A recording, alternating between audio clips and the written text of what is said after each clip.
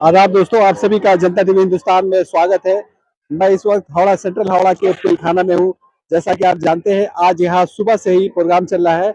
आज सुबह में मेडिकल हेल्थ चेकअप लगाया गया था, मेगा हेल्थ चेकअप जिसका नाम दिया गया था। और ये जो सारी कार्रवाई हुई है, ये सारी कार्रवाई आप नेशनल हेल्पिंग सोसाइटी की तरफ से हुई है। पहली बार इन लोगों ने किया है और जितना नाम जैसा था मेगा हेल्थ, उसी तरह मेगा सक्सेस भी रहा है।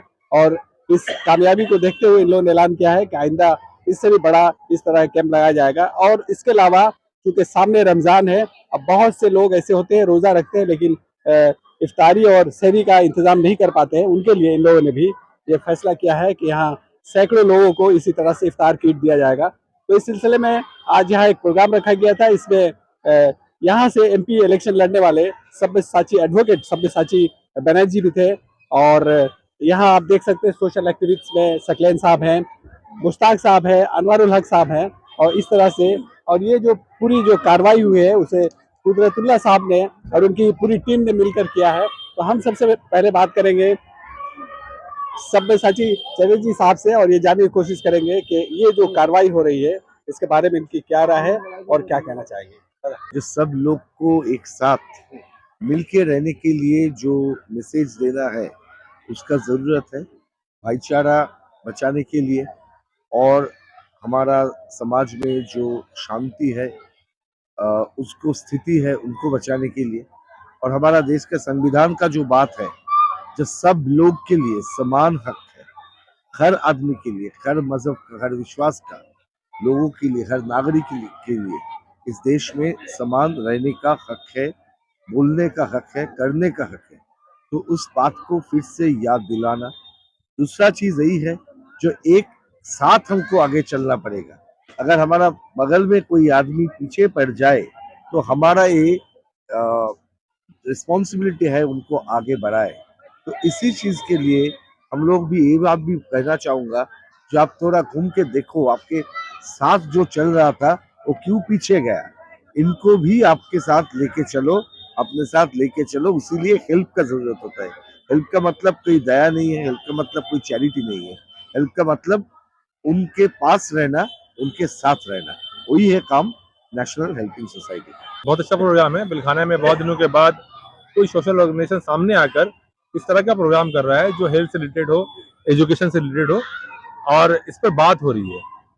इस तरह का प्रोग्राम होना बंद हो गया था और बात होने बंद हो गया था। कम से कम इसकी शुरुआत तो हुई है, और बड़े पैमाने पे जो हम इन लोगों ने एक्सपेक्टेशन नहीं किया था कि 700 पेशेंट आएंगे यहाँ पर, 150 से ज्यादा लोगों का ब्लड टेस्ट वगैरह होगा यहाँ पर, और दवाइयाँ फ्री मिलेंगी। इस तरह का प्रोग्राम हमको लगता है कि मुस्लिम माशरे से खत्म हो रहा है, और इसकी शुरुआत फिर से अब्दुल्ला साहब की सोसाइटी ने किया है, एनजीओ ने किया है।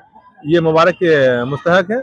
और इस तरह का प्रोग्राम अगर हमारे नौजवान, पढ़े लिखे जवान, और उनका जो लिबास और अंदाज जो वो रिलीजियस है दिखने में, लेकिन समाजी रिलीजियस है, उसके बाद समाजी से लोग से जुड़े हुए हैं, और उन्होंने जो कूपन बंटवाया उसमें आप देखेंगे आधा हिंदू और मुसलमान सब उसमें। तो ये एक अच्छा मैसेज जा रहा है पिलखाना की सरजमीन से कि यहाँ पे लोग काम करने जाते हैं, उनके टोपी और दाढ़ी पे मत जाइए। जो सरकार आइडेंटिफाई कर रही है टोपी दाढ़ी पर, उनको ये जवाब देने का एक अच्छा प्लेटफॉर्म था आज के प्रोग्राम में कि सुबह हेल्थ चेकअप भी हुआ तो जात और धर्म और रंग नस्ल पे नहीं हुआ, और आज जो डिस्ट्रीब्यूशन होगा वो भी नस्ल और जात पे नहीं होगा। तो एक अच्छा मिशन चल रहा है, और उन लोगों को जवाब देना है जो सत्ते के नशे में चूर हैं, जिनको ताकत में चूर है, वो गुरूर में जी रहे हैं कि वो सबसे ताकतवर है। मेरी नजर में बहुत कमजोर लोग हैं जो किसी के जहनी गुलाम बन बैठे हैं, और उन्हें समाज भूल चुका है, और वो समाज को भी याद नहीं करना चाहते, सामाजिक काम करना नहीं चाहते, लेकिन उससे उन्हें इलेक्शन याद आता है। ये अफसोस का मकाम है, वो कोई सियासी जमात हो, लेकिन ये बहुत निहायती अफसोस का मकाम है। और एक खुशी की बात यह है कि नौजवान यहाँ उठ चुके हैं, अपनी आवाज को बुलंद करना भी जानते हैं, अपने हक को लड़ना भी जानते हैं, और समाज के साथ कांधे से कांधा मिला के काम करना भी जानते हैं। देखिए, कुदरतुल्ला साहब जो किया, जैसे जवाब देने के बाद शकील बोल रहा था, देखिए इंसान इंसान होता है, ठीक है। देखिए इंसान के अंदर बुरा इंसान और अच्छा इंसान होता है, इनके बीच में फर्क होता है। लेकिन सबसे जरूरी चीज यही है इस फर्क करना। ये फर्क करने का काम, इस काम को थोड़ा सा सीखना पड़ता है हम लोगों को। ऐसा कोई मैजिक में नहीं होता है। देखिए जब इंसान आता है, उनके पास कुछ स्टैंप लगा कर आता है। वो स्टैंप कभी राजनीति का होता है, कभी कभी धर्म का होता है, कभी कभी जाति पाति का होता है। तो अभी बात यही है, देखिए कोई राजनीति, कोई धर्म, कोई जाति पाति, का काम विभाजन करना के लिए आज देश में नहीं चलता है। तो विभाजन करने के लिए जो चीज चलता है किसी भी तरीका से उसको वर्जन करना चाहिए, वो हमारा काम है, उसको वर्जन करो। यूनाइटेड वी स्टैंड, अगर यूनाइटेड रहे हम लोग खड़ा होकर बच पाएंगे। डिवाइडेड वी फॉल, अगर कोई डिवाइडेड हो जाता है तो हम लोग गिर जाऊंगा। अगर हमको बचना है तो यूनाइटेड होकर ही बचना पड़ेगा। हर अच्छे आदमी को लेकर, इंसान को लेकर, जो मेजॉरिटी है, अच्छे बंदा मेजॉरिटी का इस दुनिया में, उसीलिए दुनिया चलता है। तो मेजॉरिटी अच्छे आदमी का यूनिटी बनाना चाहिए। जो हमारे भाई साहब यहाँ अब्दुल्ला साहब मौजूद हैं, इनकी जो टीम है, कुदरतुल्लाह साहब यहाँ जो मौजूद हैं, इनकी पूरी टीम को मैं तहे दिल से मुबारकबाद पेश करता हूँ। और नेशनल हेल्पिंग सोसाइटी जो है ये इन्होंने कायम किया है और एक नेक नियति के साथ इन्होंने कायम किया है कि मैं अच्छा काम करूंगा और इंशाल्लाह हम लोग इनके साथ हैं। जो भी इनको जरूरत होगी, जिस किस्म की भी कोई आएगी तो हम लोग को अगर वो आवाज देंगे तो इंशाल्लाह हम लोग लब्बैक कहते हुए हम लोग सामने आएंगे और हम लोग इनका भरपूर ताउन करेंगे। सबसे पहले तो मैं ये कहूंगा कि अंजाम उसके हाथ है, आगाज करके देख। अंजाम उसके हाथ है, आगाज करके देख। भीगे हुए परों से भी परवाज करके देख।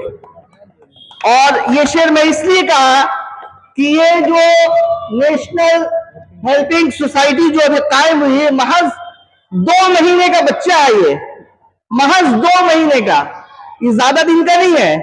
इसकी उम्र सिर्फ 2 महीने है। 2 महीने हुए इसको कायम हुए और इन लोगों ने इतने अच्छे तरीके से इस काम को अंजाम दिया है जिसकी हम लोग गुमान भी नहीं कर सकते थे।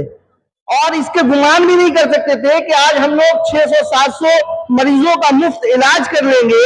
ये सिर्फ और सिर्फ महज अल्लाह की मदद की वजह से हुई है और हम लोगों ने कोशिश की और आप लोगों के ताउन की वजह से हुआ। अगर कोई प्रोग्राम कराया जाए और वहां पे लोग ना आए तो वो प्रोग्राम सक्सेसफुल नहीं होता।